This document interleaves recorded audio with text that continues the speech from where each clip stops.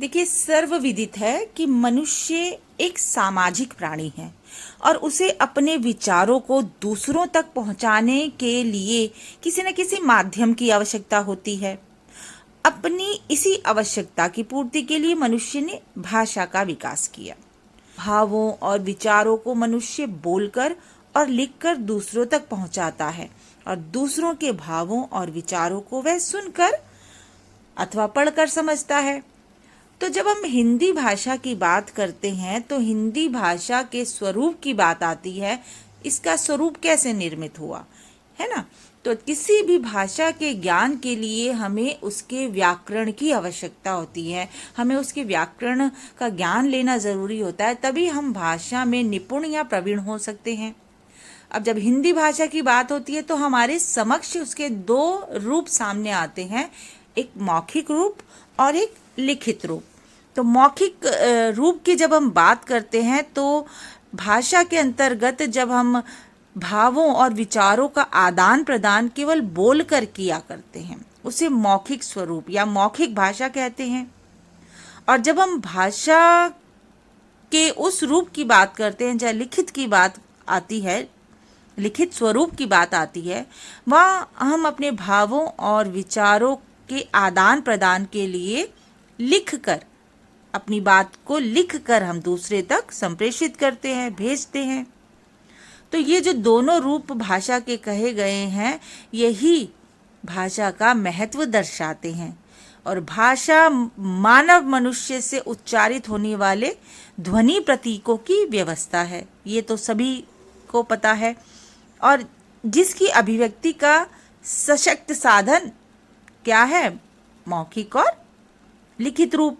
शिक्षा, साहित्य और प्रशासनिक कार्यों का संपादन भी भाषा द्वारा ही होता है। जो भी चीज़ हम करते हैं या लिखित रूप में या मौखिक रूप में, हम भाषा का ही प्रयोग कर रहे हैं। तो भाषा क्या हो गई? भाषा ध्वनि मतलब प्रतीकों की वह व्यवस्था है जिसके द्वारा मनुष्य परस्पर अपने विचारों का आदान प्रदान बोलकर या लिखकर करता है। हिंदी भाषा की लिपि देवनागरी लिपि है। और लिपि की जब बात होती है तो ऐसे चिन्हों की बात होती है जो भाषा को व्यवस्थित करते हैं। मतलब मौखिक भाषा को लिखित रूप प्रदान करने के लिए कुछ चिन्ह निश्चित किए गए हैं और इन्हीं चिन्हों की व्यवस्था को क्या कहते हैं? हम लिपि कहते हैं। इनको लिपि कहा जाता है। तो मौखिक ध्वनियों को अंकित करने के लिए निश्चित किए गए चिन्हों को लिपि कहते हैं। तो लिपि भाषा के लिखने की व्यवस्था है और भाषा की सबसे छोटी इकाई है वर्ण। वर्ण भाषा की सबसे छोटी इकाई मानी गई है। और यहाँ यह स्पष्ट हो जाता है कि भाषा वाक्यों से, वाक्य पदों से, पद शब्दों से और शब्द वर्णों के मेल से बनते हैं। और इस प्रकार भाषा की सबसे छोटी इकाई वर्णों को कहा गया है, वर्ण है। और हिंदी भाषा में वर्णों को दो वर्गों में विभाजित किया गया है, स्वर और व्यंजन।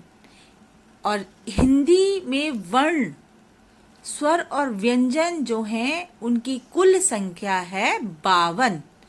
दोनों मिला के 52 वर्ण की एक माला बनाते हैं जिसमें 11 स्वर हैं, 33 व्यंजन हैं, 4 संयुक्त व्यंजन, 2 द्विगुण व्यंजन जिन्हें हम विकसित व्यंजन भी कहते हैं, और एक अनुस्वार और एक विसर्ग है। कुल मिलाकर 52 वर्ण माने गए हैं। जब हम स्वरों की बात करते हैं तो स्वर वो वर्ण हैं, वह वर्ण कहलाते हैं जिनके उच्चारण में अन्य वर्णों की सहायता नहीं ली जाती। वे सभी स्वर कहलाते हैं और इनका उच्चारण स्वतंत्र रूप से होता है। इनके उच्चारण में भीतर से आती वायु मुख से बिना रुकावट के बाहर निकलती है, मतलब निर्बाध रूप से निकलती है। और सामान्यतः इनके उच्चारण में हम कंठ का, तालु का प्रयोग करते हैं। जीभ और होठ का नहीं, परंतु उ और ऊ के उच्चारण में होठों का प्रयोग होता है। और इसी प्रकार हिंदी में हम 11 स्वर मानते हैं। अ आ ई उ ऊ री ए ऐ ओ औ। इनकी संख्या 11 है, स्वर जो हैं।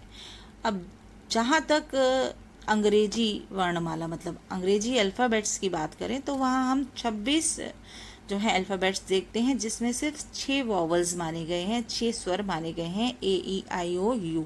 अब यहाँ आप देख सकते हैं कि हिंदी इतनी बृहद और विस्तृत भाषा है कि इसमें 11 स्वरों की आवश्यकता होती है। 11 स्वर सुनिश्चित हैं और 11 स्वरों के अपने अपने अलग चिन्ह निर्धारित हैं और इन्हीं चिन्हों को हम मात्रा के रूप में देखते हैं। इन्हें हम मात्रा कहते हैं, इन चिन्हों को हम मात्रा कहते हैं।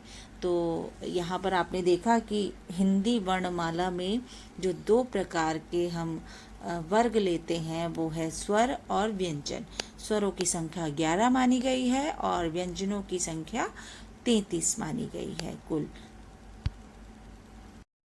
जब हम हिंदी वर्णमाला के इतिहास की बात करते हैं तो आधुनिक हिंदी देवनागरी लिपि में लिखी गई है, जो संस्कृत के 2 शब्दों से बना है। देव जिसका अर्थ है भगवान और नागरी जिसका अर्थ है शहरी मूल का। तो देवनागरी की उत्पत्ति ब्राह्मी लिपि में हुई है और भारतीय उपमहाद्वीप से ब्राह्मी लिपि में लेखन 5वीं शताब्दी ईसा पूर्व से ही शुरू हो गया था, मतलब ईसा पूर्व का ही माना जाता है। तो यहाँ आप ये समझ लीजिए कि जो हिंदी व्याकरण है वो व्याकरण जो है वो नियम है भाषा को सीखने के। और व्याकरण शब्द जब हम देखते हैं तो 3 शब्दों के योग से बना है। वी जिसका अर्थ हम लेते हैं विशेष रूप से, आ मतलब पूर्ण रूप से, करण व्याख्या करना। तो हिंदी व्याकरण का अर्थ क्या होता है? भली प्रकार से, अच्छी प्रकार से समझना। दूसरे शब्दों में हम कह सकते हैं कि व्याकरण वह शास्त्र है जिसके द्वारा हम भाषा के नियमों को जानकर उसे शुद्ध लिखना, पढ़ना और बोलना सीखते हैं। तो ये व्याकरण शास्त्र कहलाता है। और भाषा का लिखित रूप स्थायी होता है, ये ध्यान दीजिएगा। एक समय में लिपिबद्ध किया गया जो विचार हजारों साल तक पढ़ा जा सकता है उसी को हम भाषा कहते हैं, जो उसका लिखित रूप है, मतलब हम उसे पढ़ सकते हैं। और इसी लिपिबद्ध किए गए ज्ञान को हम क्या कहते हैं? साहित्य कहते हैं। किसी भी भाषा का साहित्य जब हम बात करते हैं विद्वानों के चिंतन और समाज के विकास का स्रोत होता है। तो ज्ञान के संचित कोश को साहित्य कहते हैं, जो 2 विधाओं में लिखा जाता है, गद्य विधा और पद्य विधा। और इन सभी में हम किन चीज़ों का प्रयोग करते हैं? वाक्यों का प्रयोग करते हैं। और वाक्य किससे बनते हैं? वाक्य शब्द और शब्द वर्णों से बनते हैं।